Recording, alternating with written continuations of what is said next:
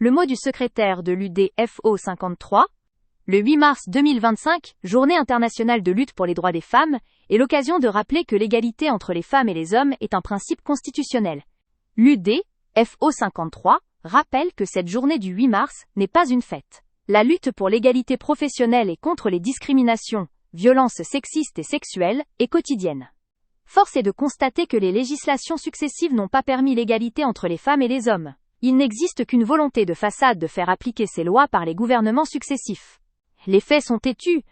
L'écart de salaire est de 23,5% entre les femmes et les hommes dans le secteur privé. Faut rappeler que l'égalité salariale rapportait 5,5 milliards de cotisations. Une nouvelle piste pour le financement des retraites ? La réforme des retraites Borne-Macron a accentué les inégalités en faisant travailler plus longtemps les femmes. La retraite des femmes est en moyenne inférieure de 40% à celle des hommes. 70% des précaires sont des femmes. 80% des temps partiels sont occupés par des femmes, en grande partie imposés ou contraints. Le poids de la parentalité, incluant souvent une double journée, la charge mentale et le manque de structure publique de la petite enfance, pénalisent quasi exclusivement la carrière des mères. Les femmes représentent 58% des salariés payés au SMIC et 70% des bénéficiaires des banques alimentaires. Les dernières déclarations de Macron sur le réarmement démographique doivent nous alerter. Les politiques natalistes, appelées par certains, se font toujours au détriment des droits des femmes, en particulier des droits du travail. Il s'agit d'une vision rétrograde de la femme que nous devons combattre. Il est donc urgent de prendre des mesures concrètes pour améliorer les conditions des femmes. L'Union départementale Force ouvrière de la Mayenne cessera de mener un combat acharné le 8 mars et tous les autres jours de l'année, pour obtenir, enfin, l'égalité des droits pour toutes les femmes. Le chemin passera par la satisfaction des revendications.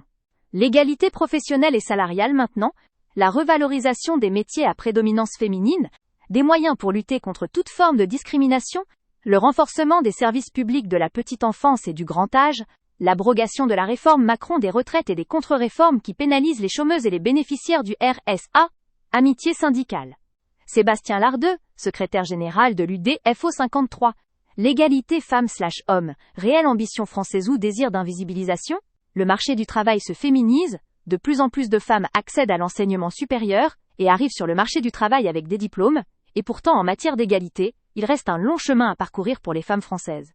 Au sortir de la Seconde Guerre mondiale, l'avenir pour les femmes était prometteur, ne serait-ce que par l'obtention, enfin, du droit de vote, donc la permission de pouvoir s'exprimer sur la place publique et de faire entendre leur voix en politique. Hélas, si des droits leur ont bien été reconnus dans la société, il faudra attendre 1965 pour qu'elles disposent d'une certaine autonomie financière, possibilité d'ouvrir un compte bancaire à leur nom, à travailler sans le consentement de leur mari, et 1975 pour que leur droit à la liberté d'avorter, et donc le droit à disposer de leur corps, soit officiel. Puis l'égalité professionnelle fut traduite par la loi du 22 décembre 1972 en égalité de rémunération entre les femmes et les hommes, pour un même travail ou un travail de valeur égale, le principe de l'égalité de rémunération est posé. Poussée par la directive européenne du 9 février 1976, la loi du 13 juillet 1983 ajoute le principe de non-discrimination en fonction du sexe, en entreprise comme dans la fonction publique. Il faut attendre 2011 et la loi du 27 janvier pour que les entreprises soient contraintes d'avoir une représentation équilibrée des femmes et des hommes au sein des conseils d'administration et de surveillance. Plus récemment, la loi du 5 septembre 2018 a créé l'index de l'égalité professionnelle dans le secteur privé, transposé seulement en décembre 2023, soit 5 ans plus tard, dans la fonction publique. 80 ans plus tard, en 2025, les outils servant à mesurer les inégalités sont largement insuffisants. L'INSEE fournit très peu de statistiques genrées. En 2025, on ne tient toujours pas compte de la pénalisation parentale des mères travailleuses. Sujet de la conciliation vie personnelle/vie professionnelle, sujet du temps partiel contraint, sujet du poids de la maternité, sujet de l'éducation des enfants qui vient ralentir, voire même parfois stopper les progressions de carrière. En 2025, personne ne s'émeut que depuis 2001, les maladies professionnelles progressent 2 fois plus rapidement pour les femmes que pour les hommes. En 2025, personne ne s'est emparé du sujet particulier des femmes et du télétravail, ni du sujet de celles qui n'ont pas accès au télétravail du fait de la nature même de leur métier, secteur de l'enseignement, secteur du médico-social. Certains pensent que grâce au télétravail, la femme peut plus facilement concilier tâches ménagères, non rémunérées, et travail. Double journée en une.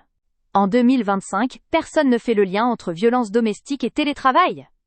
Dans la fonction publique, les femmes représentent 63% des effectifs contre 46% dans le privé. Dans le secteur médico-social et l'enseignement, les femmes sont surreprésentées et c'est dans ces secteurs que les rémunérations sont les plus faibles. Aussi, la mixité professionnelle est un préalable à l'égalité salariale.